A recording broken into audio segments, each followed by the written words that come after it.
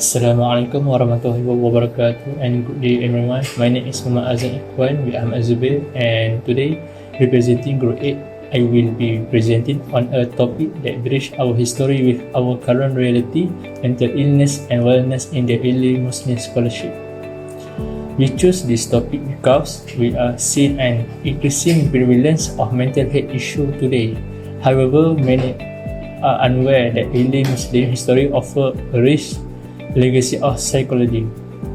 Our main objective is to analyze how early Muslim scholars understood mental health. We want to identify the key figures responsible for early research in this field, and most importantly, investigate how their theories, which combine physical and spiritual health, are still applicable to us today. We want to show that mental health was prioritized long before modern psychology existed. To gather data for this project, we conduct quantitative research using Google Forms. We managed to research a total of 58 respondents, with the majority of whom are undergraduate students here at IAUM. The survey included multiple choice questions and lacked skill to measure their understanding and perception of this topic. Before we dive deep, here is the executive summary of what we found. Our research confirmed that early pioneers like Al-Ghazali and Ibn Sina recognized mental illness as a legitimate medical condition. They used a holistic approach. This means they treat the patient by integrating the physical, psychological, and spiritual aspect. Their methods included clinical observation, psychotherapy, and lifestyle management, leaving behind a legacy of a scientific and compassionate framework.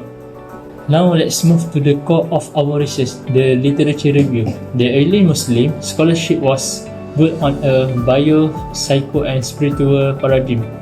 This means they treat the body, mind, and soul together, rejecting the idea that mental illness was caused solely by supernatural force. We focus on two main giants in this field. Ibn Sina. He was a medical pioneer who introduced early form of cognitive behavioral therapy, music therapy, and even established psychiatric wards. He medically diagnosed conditions like melancholia, dementia, mania, and hysteria. Second is Imam Al-Ghazali. He focused on the spiritual core. He defined wellness as the harmony between the intellect and the heart. According to him, an imbalance in the heart leads to the spiritual illness. To understand their work, we must understand the terminology they use. In Islamic psychology, the mind is not just the brain. It involves four components: the ruh, akal, nafs, and qalbu. The true wellness is when these four are aligned. So what does the current generation think about this? Based on our survey of IAUM students, the results were quite positive. Figure 6.1 show that 86.2% of respondents already had knowledge or had heard about mental illness in Islamic history, while figure 6.2 indicates that 72.2% of them learn this specifically in a class or lecture.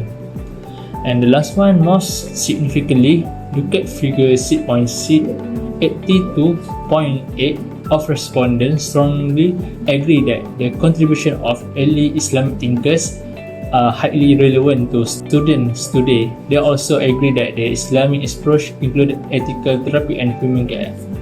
Our research also highlights the integration of Quranic evidence in treatment. For example, Surah Al-Araf, verse 28 reminds us that remembering Allah can give peace, and Surah Al-Isra, verse 82, states the Quran is a healing and mercy. However, this spiritual aspect support medical treatment. It does not replace it. Based on this, we propose three key solutions.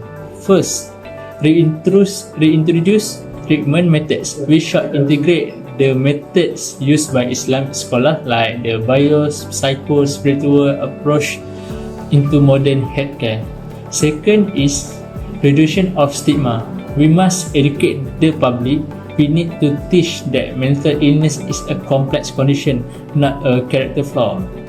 The last one is a role of imams. Religious leaders must play their part off by supporting medical professionals rather than offering conflicting advice. In conclusion, the main agreement of our study is clear. The tradition of Islamic scholars recognize mental illness as a complex condition involving the raw, akal, nafs, and qalbu. It is not a sign of weak faith or merely a disturbance of the unseen. The Islamic literature provides a humanistic, logical, and comprehensive approach to mental disease. By bridging this traditional wisdom with modern application, we can better address the mental health crisis we face today. That brings us to the end of the presentation. Thank you very much.